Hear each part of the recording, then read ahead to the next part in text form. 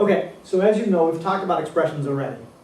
These are all different examples of expressions. They have at least one operation and a number. You're going to notice something is missing, and that's what we're going to talk about today, turning expressions into equations.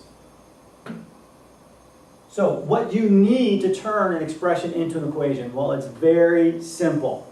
And what you need is one of these, an equal sign. As soon as you throw an equal sign on there, you've got one more thing to do. And that's to put another expression on the other side, the right side of the equal sign.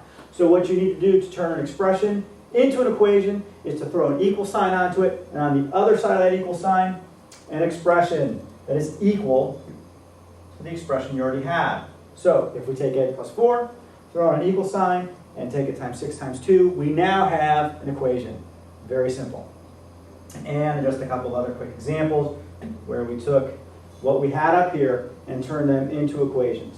And we know, or we think we know, that these are equal. But that may not always be the case. There's just a little bit more we need to talk about here.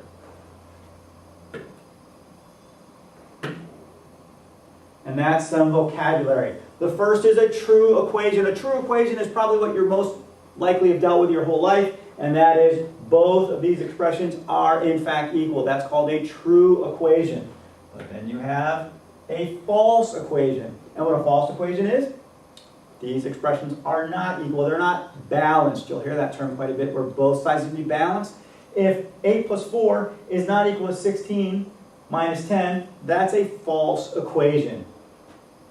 And last, you've got something called an open sentence. And these are examples of open sentences. An open sentence has at least one variable in the equation. There are ways to make these statements true. If we solve for the variable, then it becomes a true equation. But until we do that, until we find a solution, what these variables are equal to, this is merely an open sentence. So that's it. Expressions into equations. We're done.